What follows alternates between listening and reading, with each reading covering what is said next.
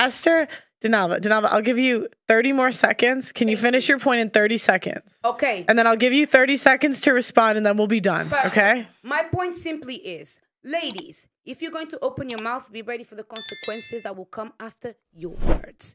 If you're going somewhere and people are coming for you and you cannot handle it and you can feel upset, it's because you are not comfortable with who you are. Don't blame it on other people. It's really that simple. Don't come here, call Pearl names if you are not the G that can actually sit there and debate intellectually without any issues. That's that simple. Emotional response is weakness. There you go. It's an intellectual debate. Okay, Esther, you have 30 seconds. What I have to say is, when I was invited on the show, I didn't know I was coming on Pearl's show. Eddie invited me onto a YouTube show. I take accountability because I should have asked and made sure I clarified which show I was going on. I didn't know. I've never seen this type of show before. I would have not opted in. I don't like aggressive, going back, insulting each other. I'm a presenter, you know, it's not good for my brand. I don't do that type of stuff. Mm-hmm. So it's like, when I came here, I was just like, wait, we're going against trans people. Like, time's up. That was too much for me. Time's up. Okay, that's all it is. okay. Just let people Time's up. Okay. 30 seconds. How are you? Time's up. Your time's up, Denalva. Just saying. Okay, let's talk about something else. What was the other thing we were talking about? Oh, we were talking about body. Oh, go ahead, Brittany. Oh, no, go ahead. You've been waiting. I was just thinking because I'll give you 2 minutes. no, I'm good. I feel like it would just be probably for the viewers and everybody out there. I feel like it would be interesting to hear everyone's perspective on how they feel about the 100th episode and sitting with Andrew Tate and like really kind of seeing how his energy is in person. Because a lot of people are most likely never going to meet him. Yeah. So I feel like we all got a chance to kind of that's a good idea, Brittany. I don't know. So Brittany, why don't you start? What did you think? Miss Brittany. I felt like he was really polite in person. I didn't expect him to be, like you said, so smiley, very warm. And I will say that I do feel like he is very pretty grounded. He is fair.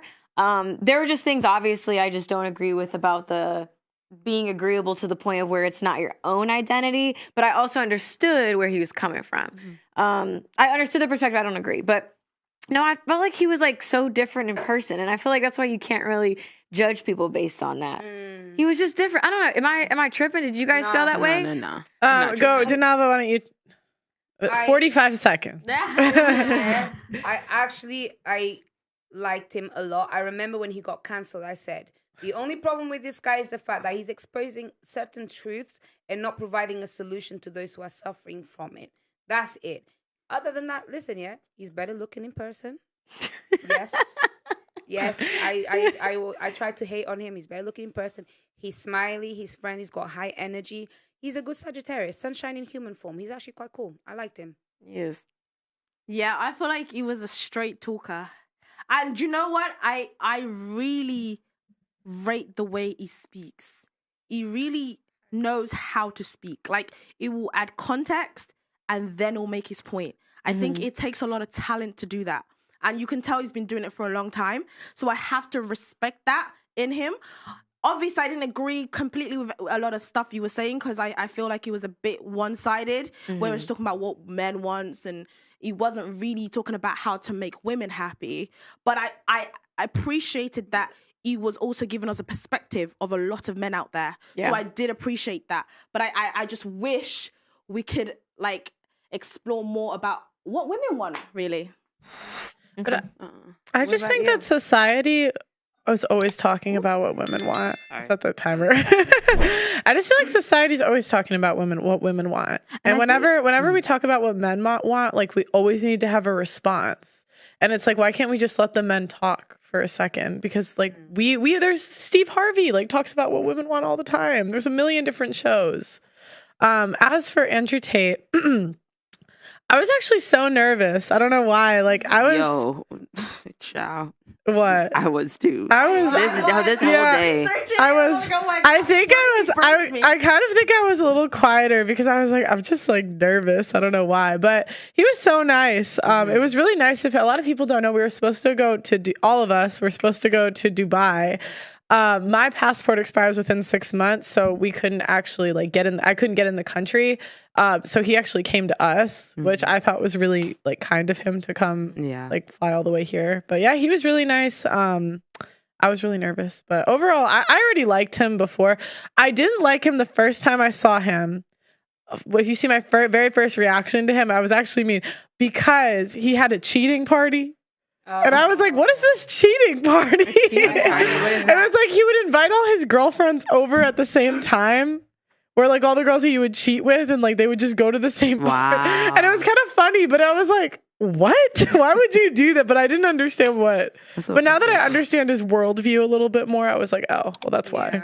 Yeah. He was very, from the stuff he was saying like beforehand, from watching Kevin Samuels with Pearl, it opened up my view on like actually listening to people or listening to what these men are saying instead of just taking a clip and taking for how these people are clipping it and wanting to get their agenda across, but actually like, listening to them. And I like sat down and like actually listened to some of the stuff that he said beforehand. And so I was like, what he is saying is not crazy. It's the way he's saying it, and people, I was like, people and a lot of women don't like the way that he is saying it because it's very like raw, like this is it, this is how I'm gonna say it. I don't care if you don't like the way I'm saying it, I'm gonna say it this way. And I feel like a lot of people don't like it like that, but it's like if you get past what he's like, how he's saying it, and listen to actually what he is saying, it's like, oh, okay, it's not as outrageous as people make it out to be. Facts. Yeah. That's why I actually purposely didn't really go and look at his content. Because I was like, I want to see who he actually is and what his energy is actually saying. Because I understand the same way that people say, oh, you clickbaited, you edited this way to make me look worse. It's the same way that it happens to him. And realistically, he was way more balanced and actually a lot more kind of calming in his presence than what it actually seems online. I'm not going to lie. He spoke sense. There was a lot of balance in what he said. And you know, I know people were expecting me to clash with him, and I didn't. He was cool. I liked him. It was funny. He had a bit of banter as well with his clementines and stuff. I think the only thing I didn't agree with was like him talking about a man will cheat. Like women are delusional. Like I think that's not a good message. If they have the opportunity to, they will. If they have like the. It's okay. I'll give you an example. Even a good man would have a hard time being in Tiger Woods' positions.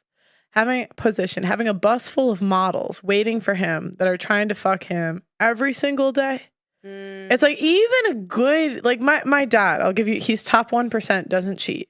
But my dad doesn't have social media and he doesn't have beautiful models waiting for him every day after work.